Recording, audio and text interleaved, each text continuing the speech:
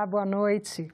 Projetos na área de segurança pública ainda são prioridade na pauta do plenário. 3 propostas devem ser votadas nesta semana. O primeiro item da pauta desta semana é uma mudança no Código Penal. O aumento de 1/3 à metade da punição a quem comete assassinato de mulheres em 3 casos. Quando a vítima for portadora de doenças incapacitantes, quando o crime for praticado em descumprimento de medidas protetivas de urgência e quando houver a presença virtual de certos familiares da vítima, diante de uma câmera conectada à internet, por exemplo. Nós temos que efetivamente demonstrar que os assassinos, os bandidos não podem achar que vão fazer e acontecer e eles não serão penalizados. Os senadores também devem analisar a criação do Plano Nacional de Enfrentamento ao Homicídio de Jovens. O objetivo é reverter em uma década os altos índices de violência contra pessoas que têm entre 15 e 29 anos. O foco do combate seriam os jovens negros e pobres, que lideram o ranking de mortes nessa faixa etária no país. 61 mil assassinatos por ano, 50% jovens, 77% jovens negros moradores das favelas. Porque essa guerra acontece em territórios pobres, porque todo mundo sabe que se vende droga em Copacabana, Ipanema e Leblon. Só que ninguém faz guerra lá. Não é possível não se atacar as causas. E quais são as causas que levam a que a juventude pobre desse país seja tão vulnerabilizada e se torne o exército de reserva do crime no Brasil? É sem dúvida a falta de oportunidade. É sem dúvida o fato de nós termos uma juventude negra que está fora da escola e fora do emprego e sem alternativas e oportunidades. Está na pauta ainda o projeto que aumenta a punição para quem comete atos de violência dentro ou nas proximidades de escolas e residências, os chamados crimes de tocaia. A nossa intenção é preservar uma área até 100 metros de distância das escolas, né, para que as crianças, os nossos estudantes, possam estudarem com mais tranquilidade. 73% dos professores e alunos do 1º e 2º grau consideraram a violência nas escolas como a questão mais grave do momento no sistema de ensino. Amanhã, às 10 horas, tem reunião da Comissão de Assuntos Econômicos. Na pauta, 15 itens. Os senadores podem votar projeto que destina recursos para ampliação da internet no país. Outra proposta é para melhorar o rendimento da conta do trabalhador no FGTS. A correção ficaria próxima à da poupança.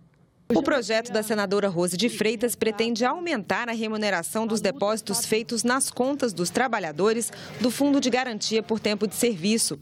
Atualmente, os saldos dessas contas são remunerados pela TR mais 3% de juros ao ano.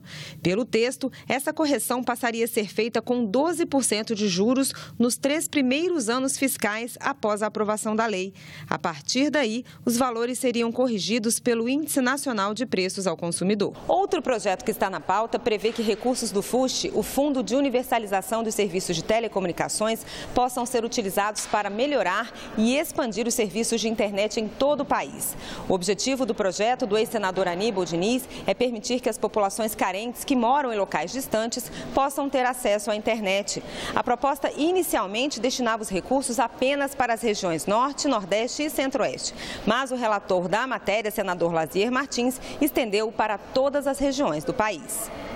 Senadores querem debater decisão dos Estados Unidos de sobretaxarem aço e alumínio. Eles cobram ações do governo brasileiro que passam por recursos à Organização Mundial do Comércio e até retaliações. Ao criticar a medida protecionista de Donald Trump, o vice-presidente da Comissão de Relações Exteriores, senador Jorge Viana, cobrou do governo brasileiro respostas diplomáticas. Apesar de não ser favorável à retaliação, lembrou que o Brasil é o maior comprador de carvão siderúrgico dos Estados Unidos, um negócio de $1 bilhão.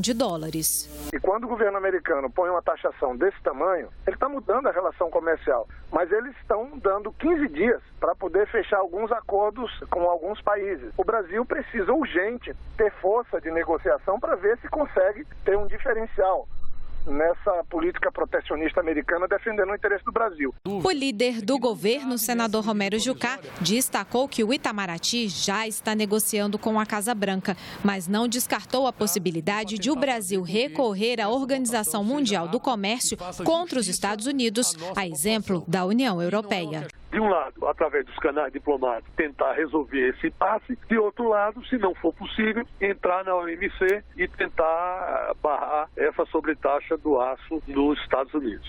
O senador Lindbergh Farias vai apresentar um requerimento para uma audiência conjunta das Comissões de Relações Exteriores e Assuntos Econômicos discutirem a sobretaxa de 25% do aço e de 10% do alumínio. Ele não descartou a possibilidade de convidar o embaixador norte-americano, além de ministros brasileiros. Lindbergh Farias lembrou que o Brasil é o segundo maior exportador de aço para os Estados Unidos, com 5 milhões de toneladas. E ponderou que, se a sobretaxa for mantida, o Brasil poderá ter prejuízos superiores a 3 bilhões de dólares, além de demissões em massa no setor siderúrgico. A gente está abrindo completamente a nossa economia, está acreditando nesse discurso de abertura. E os Estados Unidos estão fazendo o contrário. Aqui no Brasil a gente tem uma política, que era uma política de conteúdo local, para obrigar as empresas de petróleo a fazer navios, plataformas aqui no Brasil. O governo do Temer acabou com esse discurso da abertura econômica. Quociente eleitoral, crowdfunding, cláusula de barreira. O que isso tem a ver com você? Tudo. É que esses assuntos podem influenciar o resultado das urnas. Pensando nisso, a TV Senado preparou um especial sobre as eleições, para que você fique por dentro do que vai valer na votação de outubro. A grande novidade dessa eleição, não tem nenhuma dúvida, é a criação do fundo de campanha.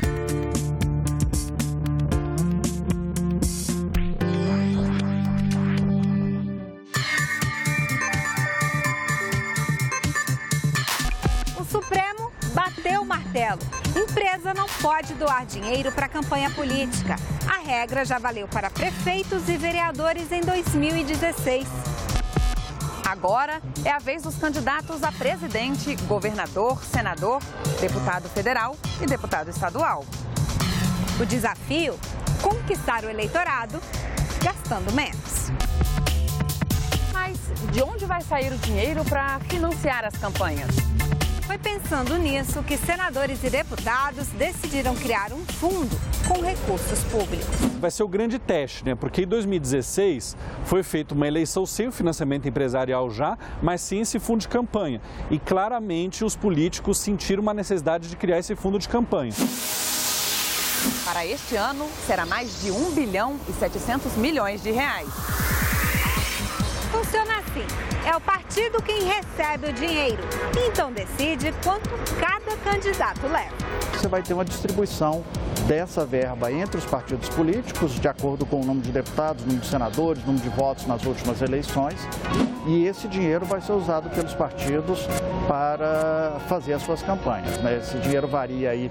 O maior partido, que é o MDB, tem 235 milhões. E você tem 10 partidos pequenos, que não tem nenhum deputado e nenhum senador, que tem 980 mil reais.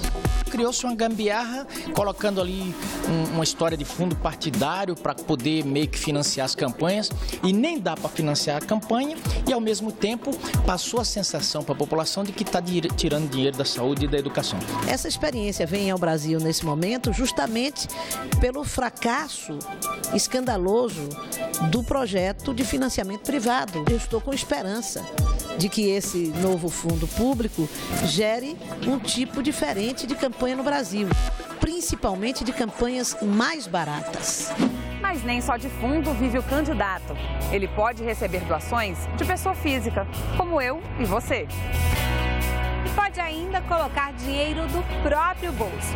Nesse caso, a Justiça ainda precisa definir quanto ele pode investir.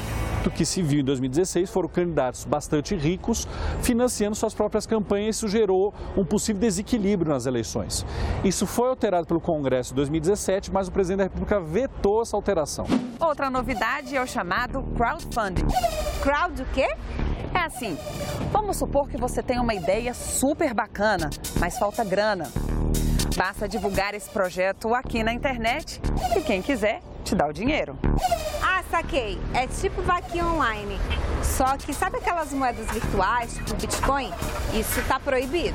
Essa experiência foi muito comum nas últimas eleições americanas, né? Quando o presidente Obama foi eleito, ele usou muito essa técnica e é a primeira vez que se vai experimentar isso no Brasil.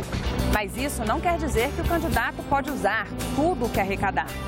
O maior valor é para quem concorre a presidente da República, R$70 milhões. O menor, R$1 milhão, se aplica aos candidatos a deputado estadual e distrital. Já o teto para o deputado federal é de R$2,5 milhões. No caso de governador e senador, o valor varia de acordo com o número de eleitores do estado. A ida de empresas brasileiras para o Paraguai é tema do programa Assunto de Estado, que estreia esta noite.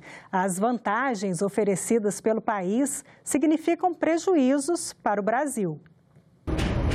De cada 10 indústrias que se instalam no Paraguai, 7 são brasileiras. Elas foram atraídas pela chamada Zona Franca de Maquila.